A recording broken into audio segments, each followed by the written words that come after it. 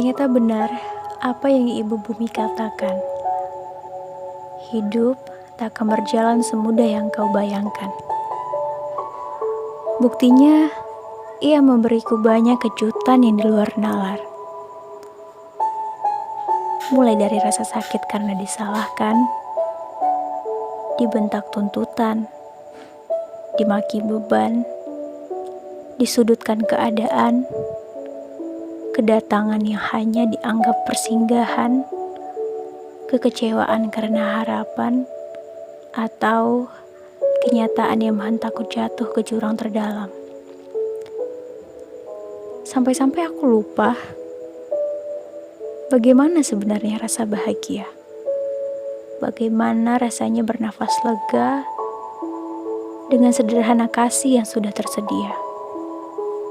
Atau seindah apa air mata yang jatuh dapat diseka.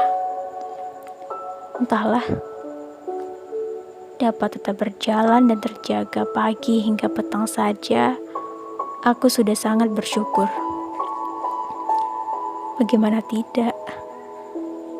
Terkadang sesekali jiwa rapuh yang merasa tak berarti ini seringkali bertemu putus asa. Yang terbayang hanya mengakhiri hidup dengan menghentikan nyawa. Walau sebenarnya ia sadar itu bukan pilihan terbaik, bukan cara yang benar. Tapi bagaimana? Hanya itu yang terlihat di depan mata. Tak kuat dengan semua suara yang selalu hanya akan berputar-putar di situ saja, ia memberanikan diri untuk bertanya sekali lagi kepada Ibu Bumi.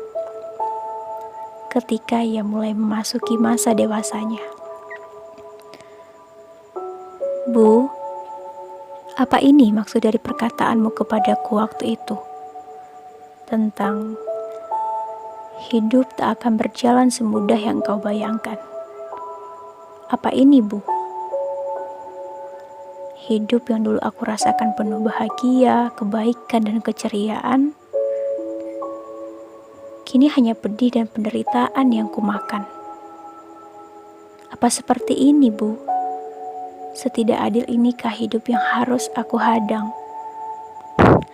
Ibu Bumi tersenyum ramah dan menjawab, "Nak, memang betul Ibu pernah menyampaikan hal itu.